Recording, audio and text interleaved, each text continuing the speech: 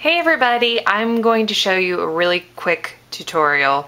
I've already gone ahead and assembled my card, but I'm going to add the last touch to it, but I want to walk you through it. So here it is, and what I did is, this is pattern paper that just looks like snowfall. It came from a book that I had last season, and on the back, it's two-sided Christmas paper. It has snowflakes on this side, and then it just has the snowfall. I don't even know if you can see that on this side. So I just used that as the background. And then what I did is I just cut a piece of paper the same width as the blue. And then I took my Versamark and I just stamped all over it. And took my stupendous embossing powder. And this color is Kaleidoscope. And I sprinkled it all over and then just heated it up with the heat tool, and it got this nice little snow effect. And then from my Christmas Cheer Cricut cartridge, I chose the 3-inch and the 2-inch, and I chose Shadow, and they're on page 108. It's this little skinny tree, but if you choose Shadow, obviously it'll get a little fatter, and I didn't use the star, but I wanted the tree. So I did the tree in that, and then what I'm going to do to finish it up, and then I did some stitching around the outside as well and stamped a sentiment. But I'm going to take my Stickles, and what I like to do with my Stickles is get a piece of scratch paper and start it. And this one feels like it's almost out, so I don't get a little air bubble, and then just go all over it so it looks like snow.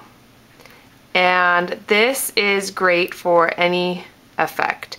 And Stickles comes in many different colors, and you can use it on birthday cards, on baby shower cards, on presents, name tags, gift cards, you name it, you can use Stickles. It just adds that little extra dimension, and when it dries, it'll dry nice and flat.